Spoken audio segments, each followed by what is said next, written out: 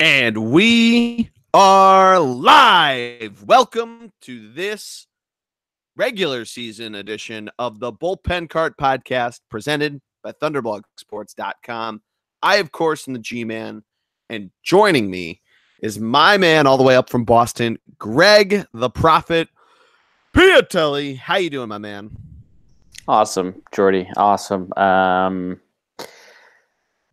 Great time of the year because you're over the sadness of how terrible your bracket did in March Madness. You're gearing up for the NHL playoffs, which are simply the best. It's the beginning of baseball season. It's the NFL draft in a couple weeks. And the cherry on top, Jordy, is, as you know, you and I big fans, Game of Thrones is returning in 2 weekends. So yes. What a time of what a time of year, what a time to be alive. Yeah, and then a little bonus, 2019 only. We get Avengers Endgame right after that. Ooh, that is pretty sweet. Yeah. We finally get to learn what happened. How did they all come back to life? Yeah. Since at least we know some of them are because they have movies coming out. Thanks, Marvel, for announcing them. Well, I think we always knew, right? Yeah. Could you imagine though, like if they didn't announce like Spider-Man 2 and Black Panther 2, and then just like a couple weeks after the movies came out, like, yeah, we did like $1 billion gajillion dollars in business. So we know you all saw it. Here's all these movies that are coming out like this summer. Here you go. Here are all the trailers. I love it. Yeah. There might be a snap of just heart attacks in America and around the world of excitement in that case. So maybe they're just doing us all a favor. We just don't know it. Jordy. Greg. Before we get into it, I saw a stat. Yep. Zach Greinke has more home runs than Mike Trout, Aaron Judge, Mookie Betts, and 5 baseball teams. Yes. Yeah, he hit 2 bombs last night. That's wild. It's absolutely insane. He's one of few pitchers to ever hit 2 in a game. I forget the exact stat of when the last time it even happened. I think it was Micah Owings like 11 or 12 years ago. Oh, I thought for sure it would have been like a Bumgarner type. Yeah, it could be a Bumgarner. It could be Jake Airy. I don't know. He doesn't like to hit. CC used to really like to hit, but he's never really. He only pitched for a National League team for half a season, so I don't think he did it. Yeah, I don't know. We can find that out. But I just remember with Micah Owings when he did it, like their Sports Center was like, "Yo, he was the Georgia State home run champion in 1999." Like, everybody's like, "Cool, man. That's awesome." Yeah, right. Sick. Great stat. But yeah, no, fantastic stat. If you can't tell, which you probably can't because you don't remember exactly what day I think Zach Greinke hit 2 home runs in a single game. We're recording this Wednesday night, April 3rd. Every team has now officially lost a game. We'll get into that in a little bit. So, the field's wide open, Greg. Aside from the Seattle Mariners, everybody's only played about 4 or 5 games. Some people 6. The weird padding of the schedule in the first week so that in case the wacky Northeast weather screws somebody up, some teams have had multiple days off. The Phillies are about to have their 3rd in 8 days tomorrow. And yeah, I mean, opening week, comparatively to last year, although there has been some rain and some delays, I think it's gone much more without a hitch because of that. I mean, it was cold. Yeah. It's been cold at some games, but it's been awesome weather. Today, as you said, been fluctuating between 30 and 70 days the Phillies have. Yeah, as you say that, because you just cut out on me, but as you say that, the St. Louis Cardinals and Chicago White Sox maybe for tomorrow's game have preemptively postponed. All right, I jinxed it. But that's for tomorrow. That's for tomorrow because that's for tomorrow. That's tomorrow's Chicago to deal with. And tomorrow, which would be the lake effects. They get their own crap. Tomorrow, which would be for those who are not keeping up with. As you're listening, probably on Thursday. Yeah, Thursday, whatever that date is. Yeah, the 4th of April. I couldn't look to a corner of your computer to see the date. I see how it is. Jordy, some guys are lazy. Some guys have all the luck. Some guys are smart. Speaking of another team, keep Jordy hot on his toes since he is in early form. Clearly, he didn't get enough spring training practice. The Oakland Athletics are another team that has also played 8 games, as well as Seattle Mariners, as they played each other. Yes, you're right. They played each other in Japan. Technically, I guess all of those games counted as Oakland Athletics home games because they've technically played 0. I thought they were doing 1-1 as a split. Maybe Yahoo is just incorrect. I'm not sure. No, but you're right. They played correct. 8 games. Yeah, no, that's correct. That's Oakland wore the home jerseys. They were the home unis. So Ichiro was a visitor in his final 2 games in Japan, in his home country. Right. He's messed up. Anyway, anywho. Let's jump right into it, Greg. So for those that are new to the show, as I reminded Greg right before we jumped on the air, the format is we do hot and cold teams in each league. We do a top pitcher and top hitter. We normally do a rookie, but because of the fact that we've only had so many games in the first week, we're going to save that table to another week. Then, as I'm a Philly fan, Greg's a Boston fan, we do a little Phillies talk, a little Red Sox talk, and then we jump into the segments that you got used to in spring training. Your stadium snacks, bleacher creatures, anything else we've seen. Insane fucking baseball players, which I don't think we did in spring training, but there's a couple of those out there. We could have done Carlos Santana, for instance, smashing televisions for that were full of Fortnite at the Phillies clubhouse last year. So there's an example of that. But Greg, let's jump right into hot and cold teams. You want to start in the AL, your beloved American League? Sure. All right. What do you got for your hot team of the week? I mean, I'm going to go with the team that you're not going to talk about, since I know a team you're going to talk about. I'm going to go with the Oakland Athletics. All right. Simply, since losing the first 2 games for Seattle, they have won 5 of their last 6. 3 out of 4 from the Angels, and so far 2 up on the Red Sox. And it's the way they're doing it. They're doing it with really just the home run ball, pounding the ball, taking everyone deep. Already scored not as much as Seattle, who scored 56, but they've scored 31 runs already, which only is behind a couple of teams in baseball, which, again, crazy pace for them right now. They're pitching well. Granted, it's at home, and granted, the Red Sox historically are terrible on the West Coast, except for when they won the World Series in LA, when they beat a West Coast team. Yes, this most recent season World Series. Jordy, that is correct. Seattle Mariners. That's who I'm going with. Oakland Athletics. I like that a lot. And you mentioned the long ball. They're basically playing Chris Davis ball. He has 5 homers to start the season so far. And they are striking out a lot, which is Chris Davis ball to a T, although Chris Davis only has 5. But they are playing good defense too. I don't think we can discount that. They obviously the play that was making the rounds was the Ramon Laureano play against the Red Sox, where he gunned a throw from center field to snag. I forget who it was on the Red Sox out at home plate, but it was an absolute frozen rope that he threw there. Yeah, Bogarts. It was Bogarts. Ah, shit, that would have been good for my fantasy team. But yeah, they Davis is starting off the season with a 241 average. He's got 5 homers. Matt Chapman, probably the MVP of this team, just in general, and certainly leading off the season well with 3 homers, 6 ribbies, and a 345 batting average. You mentioned it, though. It's pitching that's starting off well. Blake Trinan has not let up a earned run yet when he's come in and really been that back end, that anchor that they want, with 3 saves and 5 appearances. And their starters have been great too. Mike Fiers has made 3 starts already and has a 3.0 almost a GPA ERA in that over the course of there. Jesus, math nerd over here. But yeah, that pitching staff is looking pretty hot. So it's a great pick, Craig. We probably talk about them. I have a soft spot for the Oakland Athletics, as you might remember. Yeah, well, I figured I'd let you take the softball and take the obvious team, and I'll take the next obvious team. All right. Yeah. Well, my team is going to be the Minnesota Twins. Oh, not the obvious pick. Who are you going to go with? The Seattle Mariners? Yeah, that has to be the obvious pick. Yeah, I mean, they're doing well. I mean, you want to go Mariners instead? We'll go with the obvious pick. Not try to. It's your pick. You can do whatever you want with it. Yeah, I mean the Mariners are off to a very hot start. I'm going with the Twins though. They have had a pretty nice start to their season at 4-1 so far.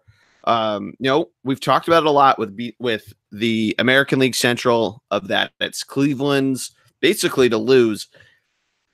And Minnesota's getting it done right. Similarly to the Phillies, they've had this weird schedule where they've had to play.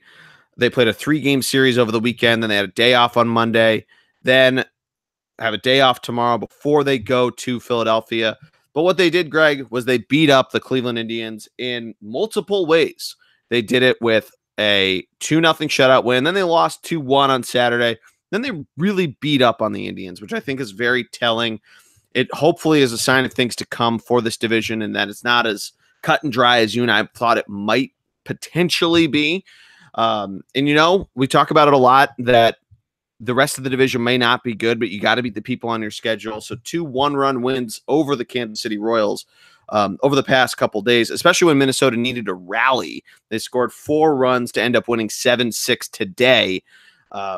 You gotta be happy with them, and they're getting it done in all sorts of ways. Pitching's looking good, scoring a decent amount of runs, not the same clip as the Seattle Mariners, but that pitching staff is looking really great, and I'm feeling we might be coming back to one of their pitchers in a little bit. This oddly looks like you're saying they're the hot team just because the Twins are about to play the Phillies, and you want the Phillies to sort of end this quote-unquote hot streak. No, it's not so that. I'm going to go with a little bit of homer pick. But no, you're right. Their pitching has been unbelievable so far. Only the Rays in the American League have given up less runs as a team. So great pick. If you remember the homerism of me, Greg, a lot of the times when I pick American League teams, it's because I've either won money on them or I have them on my fantasy team. So I'll leave it at that. Awesome. Got a little tripped up there. I think I'm right. No, it's actually not. I mean, we'll talk about that series coming up when we get to Phillies talk. But yeah, Seattle would have been a good pick too. Obviously they've scored a bajillion runs. I appreciate the pitching staff doing what they need to do, especially against a Cleveland team that kind of stared them down and took care of them in a 2 out of 3 series. Like I said, I hope it's a sign of things to come for the American League Central because that'd be pretty awesome to see. Yeah, I mean, competition's good for everybody, Greg. 5 games into the season, and Minnesota, I feel like, always one of those teams that either starts hot or ends hot, and that means they're there. They are in the hunt, right? They're always in the hunt. Oh, sure. Squeeze into a wild card. Against the team that's the far and away favorite of the division to have that nice start is what I was getting after. Yeah, okay, I got you. Cold team in the American League since we're in the league. Since we're in the league, since I went first, why don't you go first for hot teams? Sure. I'm going to go with a team that a lot of people thought were going to surprise everybody, and that's the Los Angeles Angels of Anaheim, of California, of America, which America, North America. This is a team that, they kind of disappointing on paper. Their batting has really come up short to a pitching staff that's done a lot for what the Angels could bring out there. I mean, when Seth and I did the preview here, the Angels rotation we thought could be suspect, but we thought the lineup could be okay. I was, wondering what they'd bring out, and you mentioned it. Mike Trout yet to hit a homer. Zach Greinke has 2 more than him. Mike Trout only has 3 ribbies. He's batting .294, but then surrounding him, it's kind of a mixed bag of what you got there. The next highest batting average on the team is Albert Pujols at .211. And there's only one guy higher than Mike Trout, and that's Jonathan Lucroy at .333. It's just kind of a disappointing start for them. I'm not a machine. I'm just Albert. Yes. Oh, yes, I am just Albert.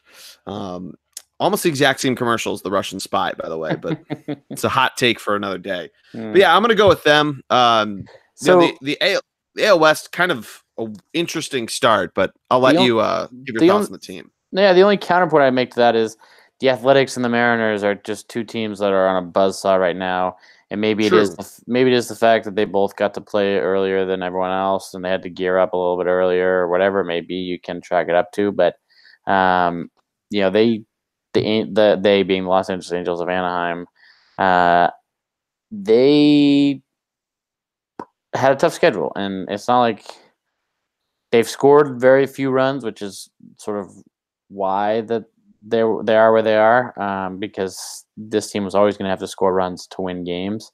Yeah. And when Cole Calhoun is your leading home run getter with 1 home run, your only home run. Yes, your only home run. Good point, Jordy. I mean, but aside from Mike Trout and Jonathan Lucroy, and if you want to throw Brian Goodwin in there, even though he only has 10 at bats, everyone else is batting below 220. They're not even getting on base. Yeah, I agree. We had negative wars, I'll tell you that. Stat guy over there. Stat guy. Big stat guy. Big stat guy. It's 1 home run as a team in 6 games is not great. So great pick, Jordy. Great pick. I'm gonna go with, since we're gonna talk about the Red Sox later, I'm gonna go with the New York Yankees. Okay. Yeah, simply because they're injured? No, because cold start, they played against the Baltimore Orioles and the Detroit Tigers, who you and I both agreed that it would be 2 teams that were going to be tanking for the first first pick in the draft, or the Rays pick, if you will. Rays from early 2000s, not now, but the Orioles and the Tigers, not great team, and the Yankees at home in their Little League ballpark lost 2 out of 3 to both those teams, and just haven't really been this offensive juggernaut that they were promised. So for me, it has to be the Yankees, because you have to beat up on teams, especially in the American League. You have to beat up on teams that are worse than you, and that's sort of, people said that's why the Red Sox won so many games last year, because they beat the teams they were supposed to, and they did it consistently and by a lot. So the Yankees definitely are in that position now, whereas the Red Sox, we can get into it later, but there's more of an excuse as to why they have such a slow start. But this Yankee team has no excuse. You can say injuries, Jordy, as much as you want, but Torres, Glaber's playing, Judge is playing, Gardner, Voit, Sanchez, Bird, Andujar, Stanton. Well, Andujar and Stanton are on the DL. They've been on the DL for the last couple of days. But they also they played in the first 4 games, so they played on the 3 games. The first series 3 games. Yeah, the first series against Baltimore, and they still lost 2 out of 3 games. And against Baltimore, as a team, they did not. They scored 10 runs in 3 games, so not great. But yeah, that would be my team. By the way, Baltimore celebrating winning their first game against the Yankees as if they just won the World Series. They should. I mean, Gary Sanchez leading the team in home runs with 2, and they were at home in that Little League ballpark they play in. Not like the Babe Ruth League that Philly's playing, but the Little League park that they play in New York. You've upgraded the Phillies stadium. But you talk about teams not hitting over, the Angels not hitting over 220. The Yankees are in the same exact place. They only have 3 guys that are over 250. Everyone else is under 250. So, one of the 5 guys at 250. One of the guys over 250 has only played in 1 game, so it doesn't really count. So I got LeMahieu, Judge, and then Stanton, Torres, and Sanchez at 250. Right. My point is you're right. Romine and Wade are at 333, having each played only 1 game and are 1 for 3. Right. So my point is that this team, just like the Angels, their batting averages are miserable to start the season, which is the same stat that you said for our boys out in Los Angeles Angels. Sure. So let's move to the National League, Jordy. Yeah. And just a quick honorable mention of cold team. The Houston Astros was one I was thinking about picking. I thought it was a little more glaring for the Angels that they're kind of in the spot they are. Houston's another team that's kind of a little stagnant to start out. So that was sort of my reasoning. I don't know if they were on your radar either, because they haven't scored a ton of runs when they have this juggernaut offense that could come out. But I just thought, I thought slower start for Houston, not the worst thing to worry about in the world. I love it. Jordy, cool. Give me your hot team. Give me your hot team. Yeah, so similar to you, because we saved the Phillies for Phillies talk, I'm going to go with the second obvious pick. I'm going to let the probably what you're going to say the obvious pick is, but I'm going to go with the New York Mets, the arch rival, Dark Knights, if you will, the team that Greg, when we did the National League East last week, we talked about as this year's San Francisco Giants. And what has that team done, Greg? They have come out and they've been one of the better teams batting wise. They've scored 37 runs, which is good for fifth in baseball. They're fourth in batting average. Their pitching's looking pretty good. But, they're getting production from all facets of their lineup. They got Wilson Ramos looking like an absolute stud, which I said I was, bummed to see him leave the Phillies, and he's transferred that over to the Mets perfectly. They got Michael Conforto just pumping out hits left and right. And then they got a number of other guys that are helping out the team in every which way that they can, whether it's Jeff McNeil, Pete Alonso. I'd like to give Robinson Cano or Juan Lagares some more credit because they're the ones that have hit home runs for them, because they've only hit a few as a team. They've only hit 3, but each of them is only floating around the Mendoza line. So I can't give them too much credit. But the rest of this Mets team, Greg, they're manufacturing runs. They're drawing walks when they can, and they're capitalizing. So you got to give them a ton of props for starting off the season the way that they did. And if it's not for blowing a lead on Sunday, they'd be 6-0 right now. Granted, they just swept the Marlins, but still, it's hard to go on the road. The Marlins were actually scoring and putting up runs, and they held off that Marlins team. Their bullpen's looking good. Jacob deGrom's picking up exactly where he left off. So, you got to give a lot of props to them. Yeah, we had mentioned when we did our preview that their pitching staff, if they could stay healthy, this would be a dangerous team for sure.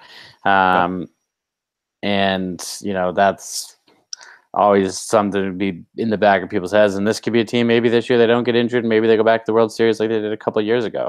You never know. But that's a great pick. Great start, Jordy. I'm not going with the obvious choice. I'm not going with the obvious Milwaukee Brewers. I'm going with the Los Angeles Dodgers simply because I almost went with the Dodgers. I like that you went with them. They scored 50 runs. Yeah. They are a fine-tuned machine. 50 runs. They have a plus 19 runs scored versus given up runs against difference. Plus 19 for that stat. And now they're just spanking teams. Yeah, and they have all but like 4 of their starters, or all but 2 of their starters. No, yeah, all but 2 of their starters have hit a home run so far. And you could argue Russell Martin is the catcher split time, so who really knows? So you could argue all but one of their starters has hit a home run this season so far. They're just absolutely, like you said, tearing the cover off the ball, not really striking out that much. But Corey Seager coming back, huge for them. Yeah, Corey Seager's been pretty good. I mean, obviously he brings a ton defensively. He hasn't been great offensively. He does have a homer, so good for you. Only 3 hits, so he's 3 for 21. When the rest of the team is, as you mentioned, tearing the cover off the ball, Cody Bellinger, once again, awesome April. Kike Hernandez batting 400 with 2 homers. Austin Barnes with 2 homers. Jock Peterson, 3 homers, taking up that right field mantle perfectly for him. And then there's a ton of other guys on that team. Chris Taylor, Corey Seager, we mentioned, Max Muncy. These guys who have hit home runs for him, sure, but aren't really getting their averages there. They're going to, or at least you think they would. Seager and Taylor, you'd hope, and Muncy, we'll see where he goes. But I mean, this team, if they continue with this clip and the water starts to find its level, I wouldn't be surprised to continue to see their team batting average still remain around 300. It's right now 298, second best in the majors, 17 home runs, best in the bigs. And while this pitching staff, the big question that we had when Matt and I did the NL West, right now they're picking that pitching staff up and they're, helping out a ton. You've had to use Kenley Jansen a couple times in 2 save situations and one where you didn't need him for it. You just brought him in for a little bit of help. And the rest of your starting staff, you have Jose Urias, who I watched the other night on ESPN, look like an absolute stud, fanning 7 over 5 innings. You have Ross Stripling, a guy who, granted, he started the year in the bullpen, but he had an ERA sub-2 entering June. I mean, these are guys that if they continue to figure that out, it could be pretty great for them. And Walker Buehler, who only went 3 innings in his first start, he's going to figure it out. So if this offense, again, even the water finds its level and the guys that are on fire right now cool off just a bit, and the guys who are ice cold heat up, which they're going to. Corey Seager is that kind of the guy that is. This team is going to be dangerous, and they're going to prove everybody wrong that we didn't need to shell out all the money for Harper or for Machado because we still got all our dudes. And then who knows whenever Clayton Kershaw comes back and how he looks. Yeah, no, and this certainly allows them to go out and get starting pitching help if they need it, as well as Kimbrel has been linked to them as sort of bullpen help. Yep. Not that they need it, bullpen help, but because there's what's his name? Starting pitcher still in the market. Kluber? Dallas Keuchel. Keuchel, yeah. So, yeah. But I mean, that's why I went with this team. A team that was, granted, they ran into the buzzsaw that was the Red Sox that won the World Series last year. Jordy, I'm not sure if you knew that. Yeah, I think I read that somewhere. Yeah, that's twice that I've mentioned the World Series champions the Red Sox won last year. It won't be the last, but that's definitely twice already. This team, the last team to go back to back wasn't the Red Sox, right? So probably won't be the Red Sox. Was it the Yankees? Has it been that long? Yikes! Has it been 20 years since the team won back to backs? So the point is, Jordy, that we're going to ignore that. The point is that this team is certainly poised to make another run, borderline like the Royals did a couple of years previously. A little different than the Kansas City Royals that used Moneyball to, and the fact that they were being completely underestimated in 2015 when they won and starting fights like every 5th time that one dude started. Giordano Ventura, remember that guy? Yeah. Somebody fucking slid across home plate the wrong way, and he just tried to knock his teeth out. The year before they lost in the World Series, and the year after they won it, right? Yeah. Right. Anyway, so on that sentiment alone, but that team also had a lot of fight in them. They felt disrespected. This team, I think, they're just disrespecting their opponents. Is my point. Yeah, when you score 50 runs plus 19, that's definitely a thing.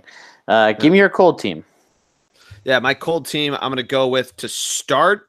I'm going to hand up and just admit that I was, I'm not wrong. Yeah, because obviously that's only the first week of the season, but the Cubs, you're wrong, have not looked great to start. They've scored 28 runs, but their pitching has looked suspect.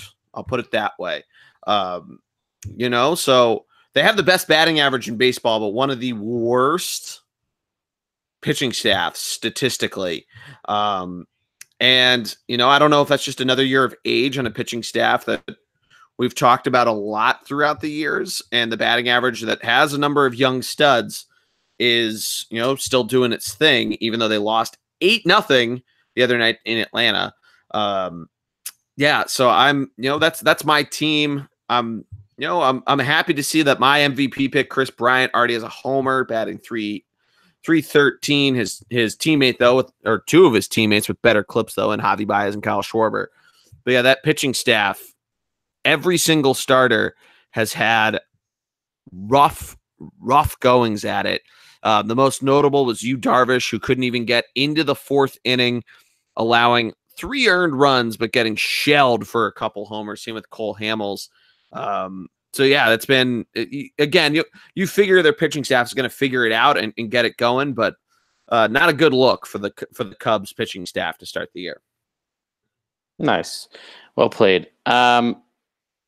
I'm going to go with an obvious team that we're probably going to say a couple times throughout the year, but the Cincinnati Reds have to be, for me, the cold team of the week, simply because they've lost 4 straight. They won their first game of the season and haven't won since. And really, if you want to look at it, we knew they were going to be good.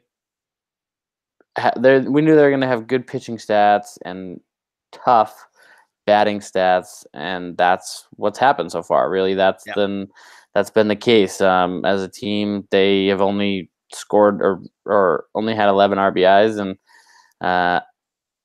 11 runs scored, which is the lowest in all of baseball. And granted, we knew coming in they would be one of the lower scoring teams, but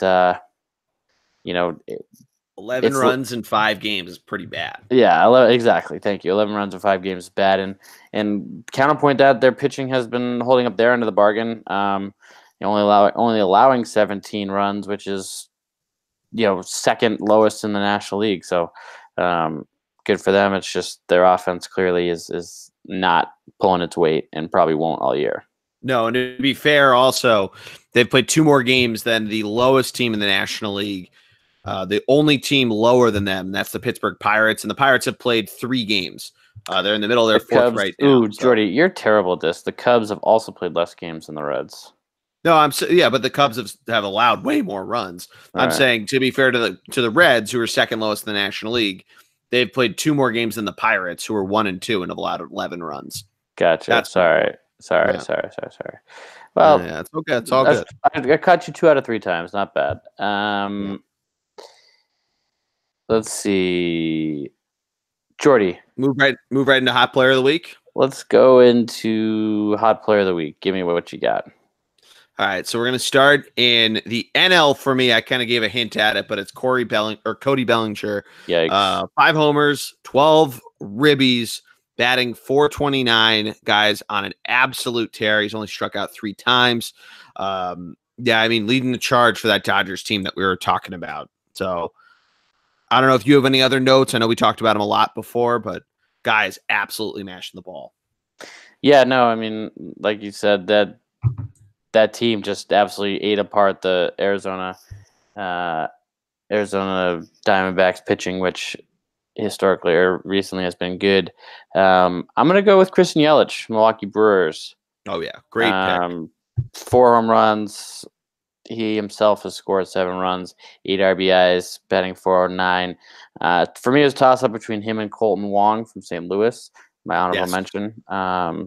So just as he's batting .500, doing well for them. But Yelich absolutely mashing the ball just like Bellinger, but Bellinger really has to be the obvious choice here. Yeah. American League, what do you got? Ooh. I'm going back and forth here. You want me to do mine? Do you think that'll free yours up? No. All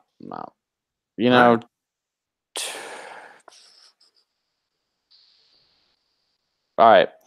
I'm going officially Tim Seattle Mariners. Okay. 379, 8 RBIs, 3 home runs, 8 runs scored.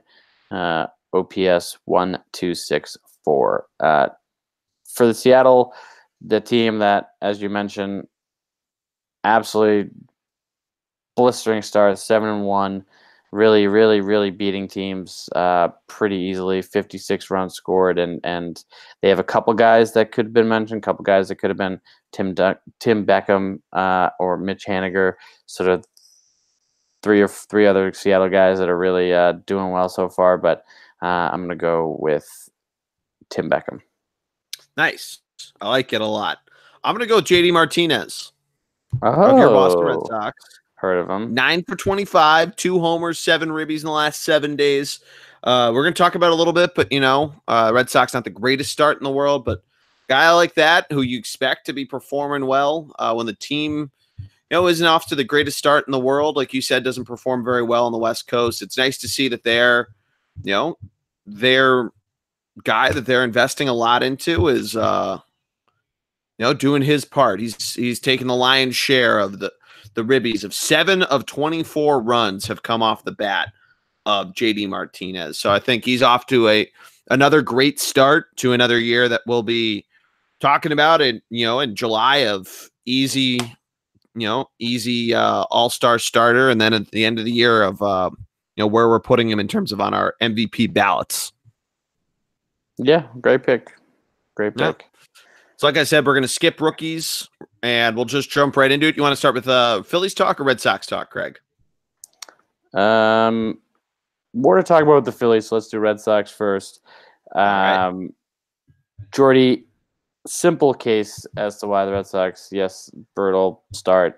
Couple things, never do well, especially going west. Start the season out west.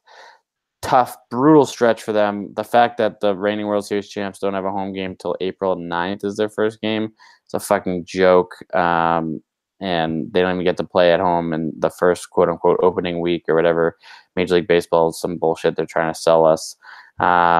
They started out 4 in Seattle, 4 in Oakland, and then 3 in Arizona.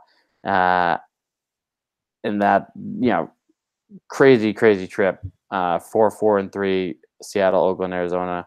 But the problem with this team is sort of the longevity of their starting pitchers, because this team, the Red Sox being this team, is going to put up runs, right? They're gonna get their runs. Their offense is proven that they can. They picked up right where they left off from last year. The issue is they did everything they could to win the World Series. They used their starting pitchers coming out of the bullpen. They not wasted, but they sold the farm, went for it, sold out to win, and did everything they could to win the World Series. And they did win the World Series. I'm not sure if you remember that, Jordy, but the Red Sox won the World Series. Chris Sale closed the game out. Their starting pitching really was overused, overworked. And so now that's been a huge reason as to why. I mean, they let up 12 runs, 7 runs, 12 runs, 6 runs, 6 runs, 10 runs, 7 runs. And then last night they lost 1-0. So Chris Sale had a great start, but he still picked up the loss. But their starting pitching is a huge issue, and I think it really is because of being overworked last year. And they'll be able to ramp it up coming down this, or they'll be able to ramp it up moving forward. But hopefully they figure it out sooner rather than later. Jordy, anything to add to why the Red Sox have been such a slow start? And reminder, this is the reigning World Series champs. Yeah, you keep saying that, and I'm glad that you keep reminding us. And yeah, I picked them to win the division, so I can't even make any comments there. But no, the West Coast swing's never fun, and like you mentioned with LA of A, it's the same. It might be the same situation that those two teams had an extra start to the year. They had real game experience, not just spring training where you have a guy throw 3 innings, then pull them, and then another guy throw 3 innings. I think it might just be, I don't know if it's World Series hangover or what it is. It might just be a case of the West Coast Mondays, if that makes any sort of sense. I think with Chris Sale in 2 starts having an ERA of 8, mentioned last night he had a really good start. I had him on DraftKings, couldn't get him the win there. But, we'll see what the Red Sox continue to do. I think playing a team like Arizona, who we were just talking about, starting pitching hasn't looked very good. You're not going to have to face Zach Greinke. Even if he ends up having, he starts to rebound it, you're missing him in that wacky ballpark. So let's see what they do there. We can see what their offense, and how it will come alive against the back half of the Arizona pitching staff. I would think it would be time to try to hammer them in terms of a gambling side. But yeah, like when guys like Andy Benintendi, Jackie Bradley Jr., Mookie Betts, Xander Bogaerts are batting, and the first few guys I just mentioned are batting below 225. Bogaerts is batting 261, all low for them. You'd have to expect that water finds its level there, and then they start to find their way. Yeah, no, I think they obviously, I think they figure it out, and definitely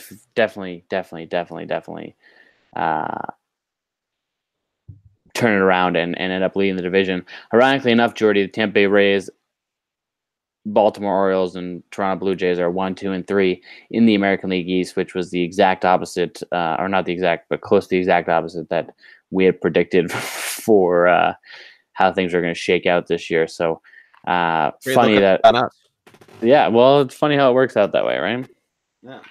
Funny how it's also the first week of the season. Agreed, and no one really cares. But what is an exciting story, which everyone's talking about, with the exception of today's walk-off loss to the Nationals, the Philadelphia Phillies. Some would say that they have had a decent start to the year, especially because they dropped so much money and they had no choice but to have a good start to the season. Jordy, granted, they beat up on Atlanta, which is a huge win for them. And Jake Arrieta looked good. Aaron Nola looked decent. And who's this Morgan guy? Adam Morgan. He's been a reliever for the Phillies for a couple of years. Mm-hmm. I was there on Sunday. Arrieta looked okay. He walked a lot of guys. There was a total of 14 walks by like the 6th inning in that game on Sunday Night Baseball. Arrieta had a tough time finding where his sinker. But yeah, to answer your question, Adam Morgan is a reliever. A guy that was sitting near me made the comment of, as soon as he came in, all right, well, this game's over. This guy's going to let up 5 homers like that.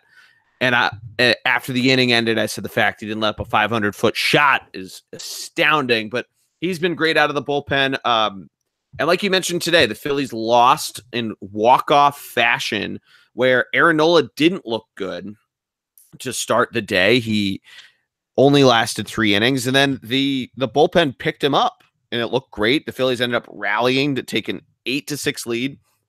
Then your guy, Greg, Sir Anthony Dominguez, comes in and ends up blowing the lead.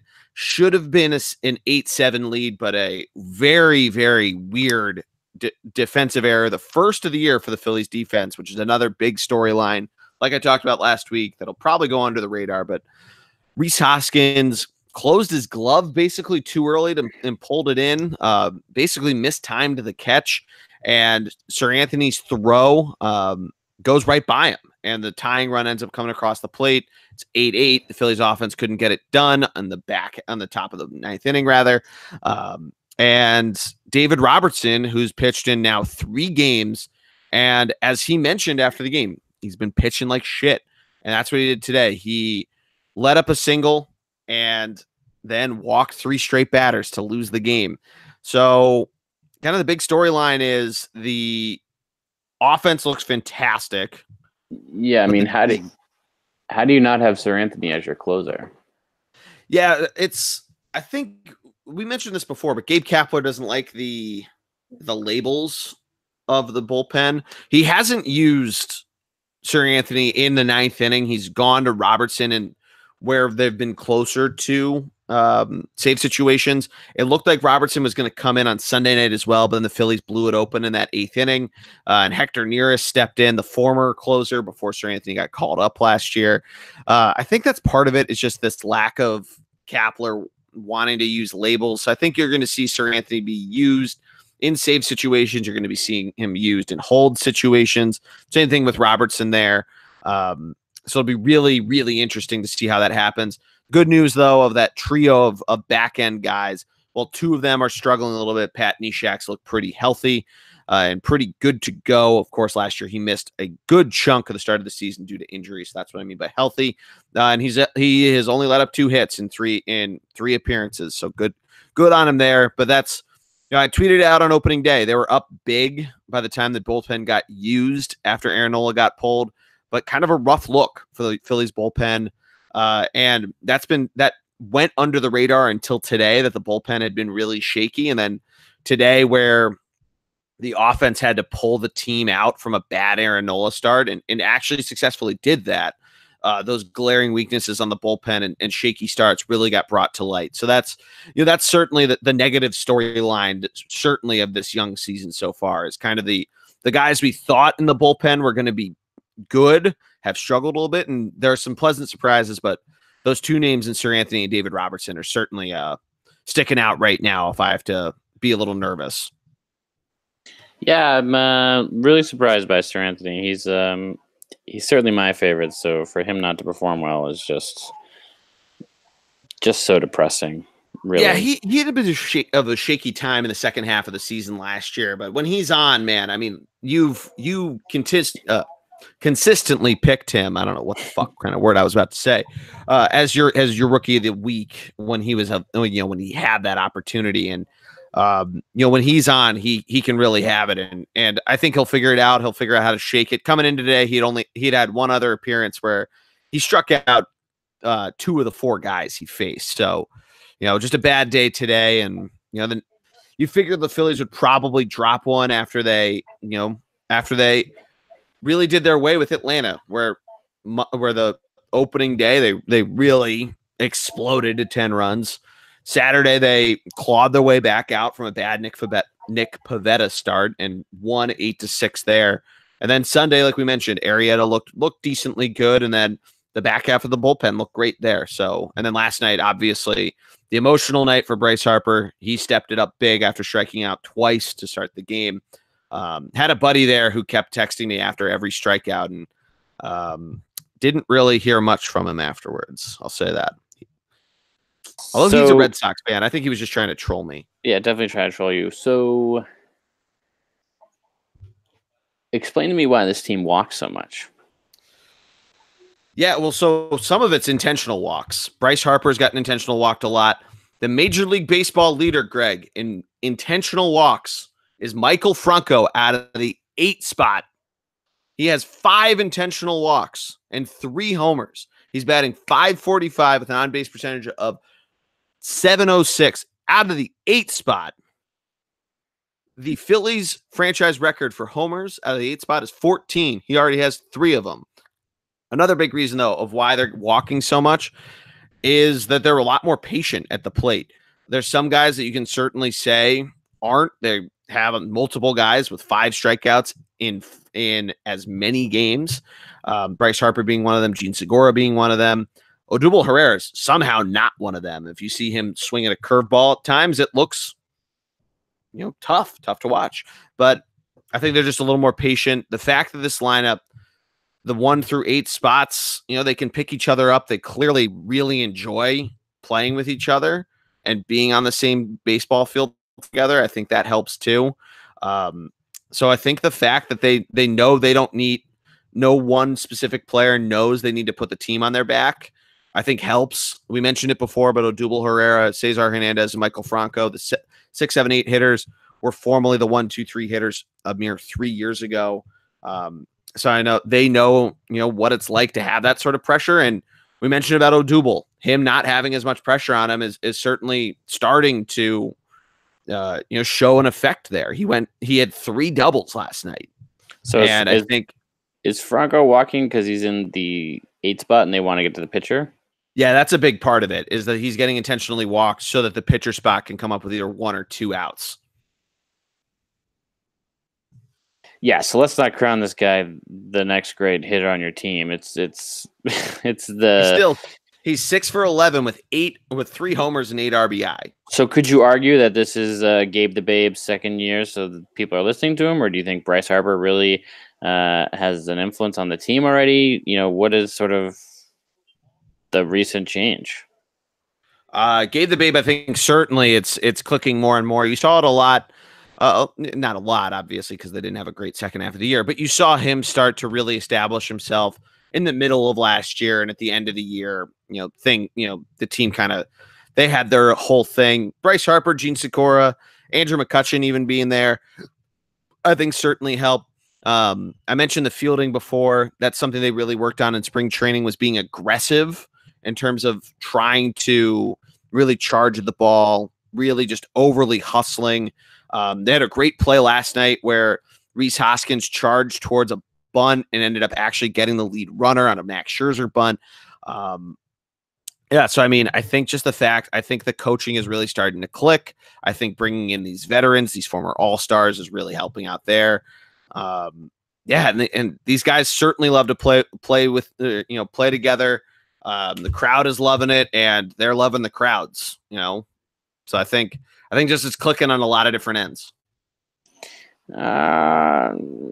Let's slow our roll here, saying it's clicking 6 games in or 4 games in. But I mean, no, that's awesome. No, listen, you're allowed. You're allowed to be excited, and I'm not trying to take that away from you. I'm just saying it's it's no. early, My expectations are tempered. Don't worry. But today certainly showed that, and the team is going to have their errors here and there. They're going to have the days where they get creative, and it looked like somebody tweeted out today about how today was really the first game that Gabe had to get creative with his managing, and it looked like it was working. Where he pulled Nola quick. Ended up doing a double switch, and it seemed like it was working. Just those bullpen issues. That's going to be my MO this whole year of what my problem is with the Phillies is the bullpen. What's the fix? I think it's Sir Anthony and David Robertson figuring their shit out. And we'll see with the rest of it. We'll see if the rest of these guys can keep it going. Sorry, yeah, no, it's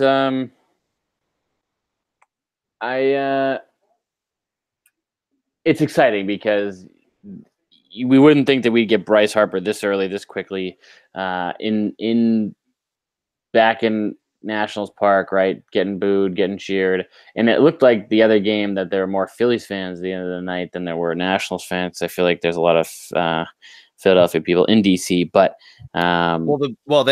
the one sports talk radio station here had, I believe it was 12 buses of people that they brought down to Washington last night, and that was everybody that was in right field that Bryce Harper bowed to. Nice. There are a lot of people there. Way back pre Bryce Harper Nationals, the joke was that Nationals Park was Citizens Bank Park South. Nice, I like it. So the real question that I think is on everyone's mind is the Gabe the Babe nickname. For Gabe the Babe? Yeah. Is it sticking in Philly? Is it a thing that people are saying? I feel like it's you and me, a lot of it, calling him Gabe the Babe, but he is an absolute man rocket. So that was his nickname, as I told you, when he was in Boston. I'm surprised it hasn't translated over. I don't know. Well, Greg, you'll have to come down here and stand on the street corners. Yeah, I mean, it was particularly a particularly popular name amongst the female demographic within the Red Sox fan base, but also many of the males definitely agreed, and myself being one of them. Gabe the Babe earned that nickname for a reason. Yeah. Oh, he absolutely did. He's a good-looking guy. He's a good-looking guy. He's a good-looking guy. He got a little beard going right now, showing a little of the grays in the beard, and he's distinguished. Yeah, I mean, I would love him to get some, get some cred for all the work that I'm sure he does to make himself look good, right? Oh yeah.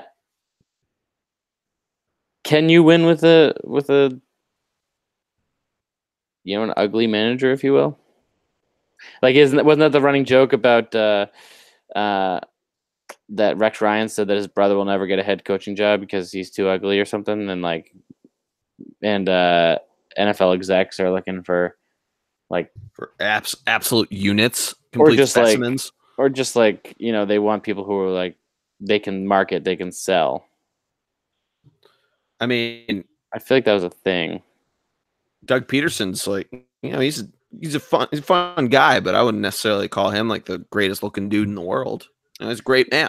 But think about Man Rocket. What's Rex Ryan's brother's name? Rob. Think about what Rob Ryan looks like, right? Think about.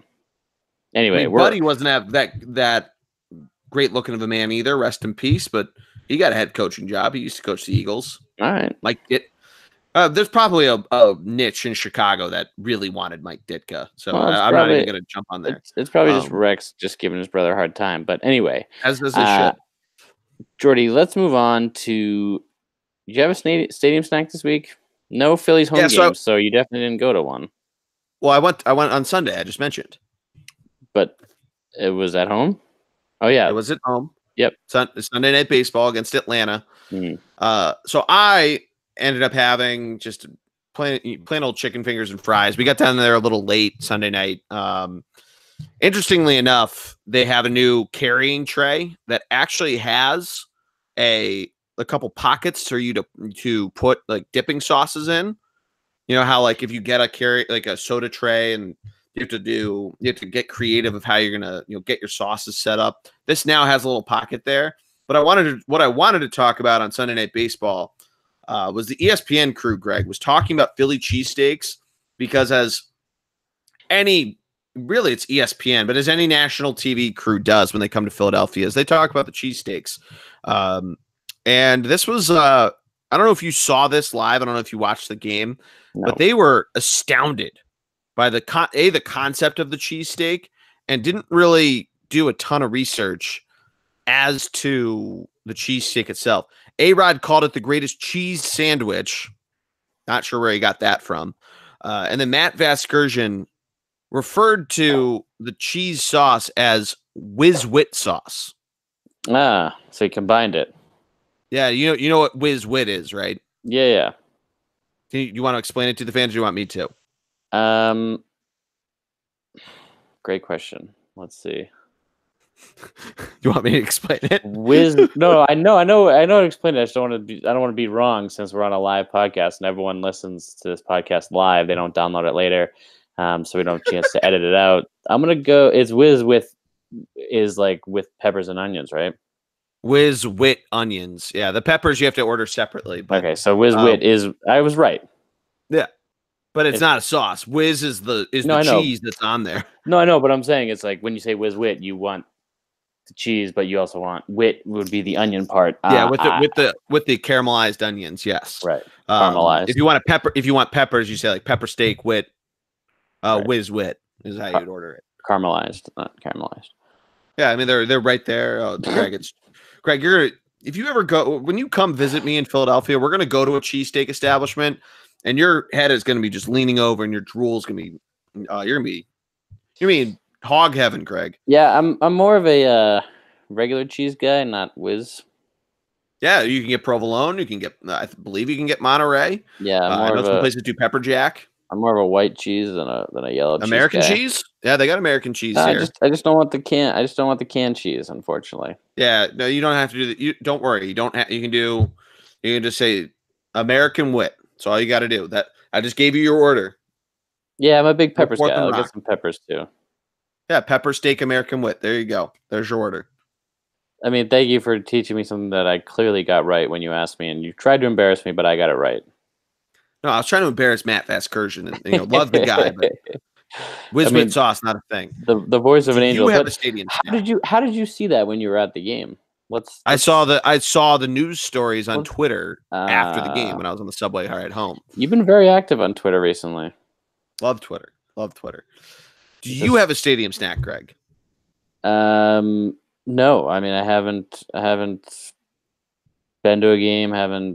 We talked about what Fenway is going to be new, or what's new coming to Fenway. Any stadium snacks you wanted to share with the class? So we did that last week in our NL East preview. Well, I suggest, if you would let me finish, I would suggest people who haven't done so and they want my picks to please go back, re-download, subscribe to the pod so that you can get Greggy page views over here.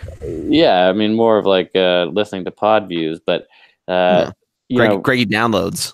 There it is. I like it.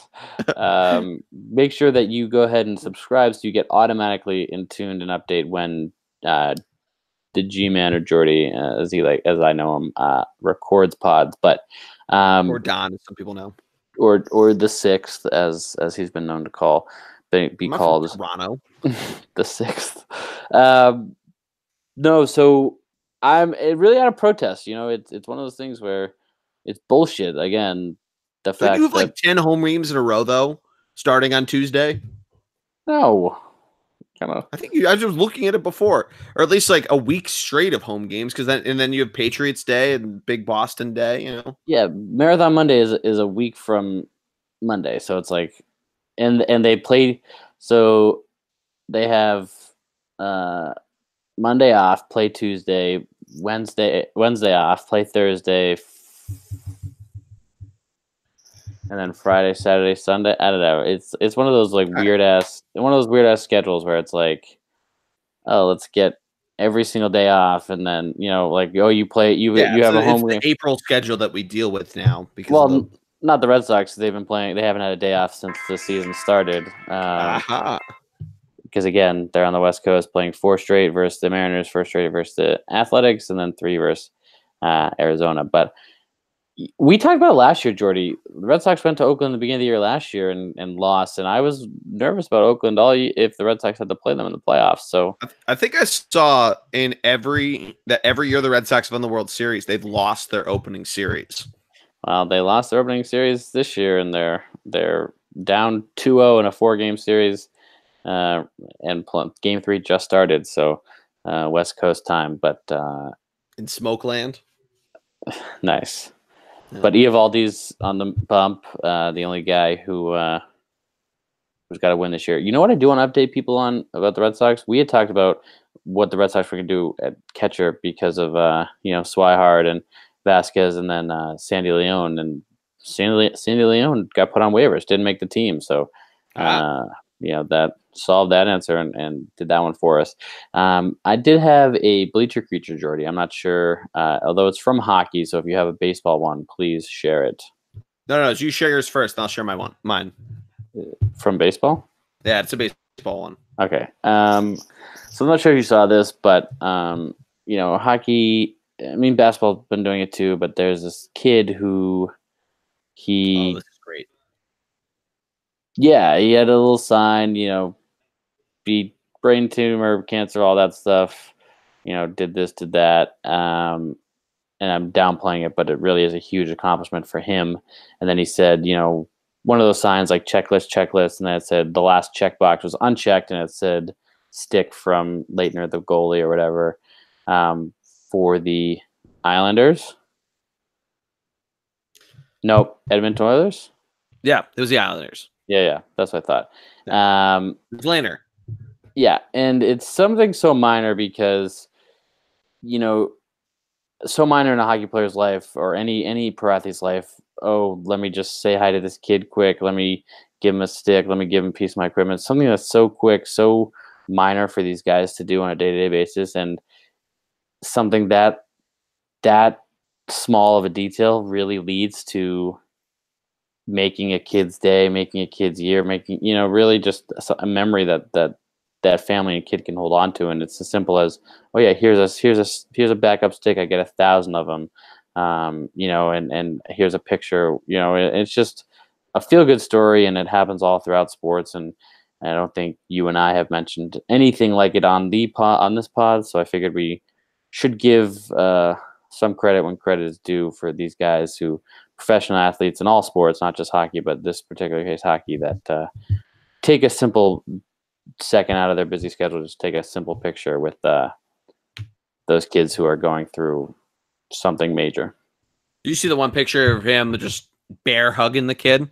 Yeah, I mean, the kid was emotional. They were saying the kid was like crying, and obviously, which is awesome. And like you said, again, it's something so small, like a professional player, like, they don't, I mean, it's such like take 2 minutes instead of showering after you shower, instead of taking a longer shower, you take 2 minutes to give this kid a stick and take a picture and give him a hug. Like, that's an easy yes for anyone that has a heart. So it's a slam dunk. Yeah, for sure. Jordy, what's yours? Yeah, I don't know if you saw this. I know it made its rounds around social media and whatnot, but during the aforementioned Braves-Cubs game the other night, where the Braves won 8-0, I don't know if you saw this, but as the game was going on, a number of fans from both sides, Cubs fans and a few Braves fans, made a pyramid of beer cans. 8-0 game, nothing really doing. Cubs fans made the trek down, hopefully to see their team play. Braves fans excited to see their team win after losing 3 straight in Philly. But it's nice to see fans getting together for a cause, that some might say is more nobler than baseball, and in creating the great beer pyramid. So it's something I saw and something that I wish to attain one day, and probably never will. Somebody probably see me trying to do that and be a dick and knock it over. Well, the beer pyramid, for those who were confused because it wasn't fully explained, is when one of your buddies passes out and you start to stack cups on top of their slumped over head. Well, no, this was this wasn't on a guy. This was on a railing. Oh, yeah, different. No, there was one of those too that happened in Philadelphia too. Okay, I think a guy's dad. But yeah, that's what I thought you were talking about. That was also a good one, but this was on a railing. As the game went on, it's like the base, I think, had like 20, not 20, I think it was like 12 beer cans on the bottom. So was it a couple people pooled their things together, or was it one? Yeah, it was pooled beer cans together along this railing in forget the Sun Life Trust Stadium. Whatever it's called. Indubitably. That's awesome. Yeah. So, it's nice to see that people can come together in a time of need to. It's the small things in life that get you. Small things in life, yeah. That's awesome. Well, Jordy, I mean, two bleacher creatures that are just on the same level. People helping people. Helping people. Something like that. It's just what a time to be alive. What a world we live in. The Red Sox, World Series champs, the Patriots, Super Bowl champs. I mean, what a time to be alive. The Bruins clinched second place. The Phillies are looking great this year. Bryce looks like a great signing. I mean, what a time to be alive. What a time to be alive. And the Sixers are looking good, even though they lost again tonight. Getting it all out now. And I stumped you big time at least thrice this pod. So Stump the Jordy normally goes negatively for me, but I'm glad I can get a couple wins here in the beginning of the season while you're still in we'll call it spring training form. Yeah, it happens. But Greg, anything else before we head out? You bummed about Gronk? Gronkowski retiring. Yeah, it's a huge loss. Rob Gronkowski, huge loss. Something he's flirted with last couple years, so I guess I should not be surprised. But still, when it comes to fruition, it's still a what are we going to do now type of situation.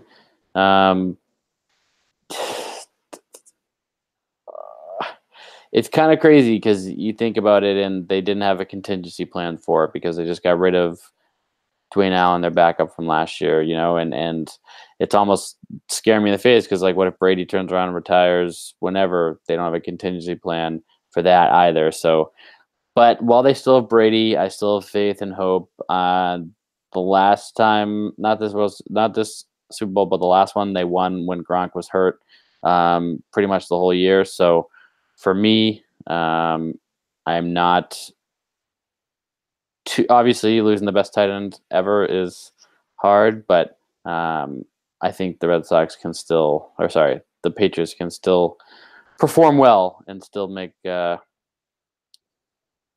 and still make the AFC Championship like they do every year. Yeah, I mean, it wouldn't be the same.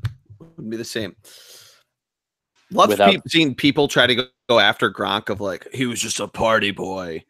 Like, what the fuck are you talking about? Yeah, and it's like, I mean, he was a party boy who never got in trouble. Like, yeah, it's so funny because you see people who like, complete scumbags. Well, it's also like, half the people are like, oh, he was the greatest tight end ever, and the other half people are like, oh, he could have been great, but he, this, and this, and it's like, no, like, look at the numbers, look at the stats, look at the fact that like the impact he had on that team, and he also won what, 3 rings? Like, yeah, I mean, I don't think he gives a shit if he's actually the greatest statistically ever. He has 3 Super Bowls. Yeah, and just because Brady normalized winning Super Bowls doesn't mean like winning 1 is hard enough. Winning 3 is crazy. Going to 1, regardless if you're a player or a fan, is hard enough. At this point where we are in the world. Especially if you're in the AFC, like going to a World Series is hard enough with the Patriots going, and the fact that Brady and the Patriots normalized it is just wild.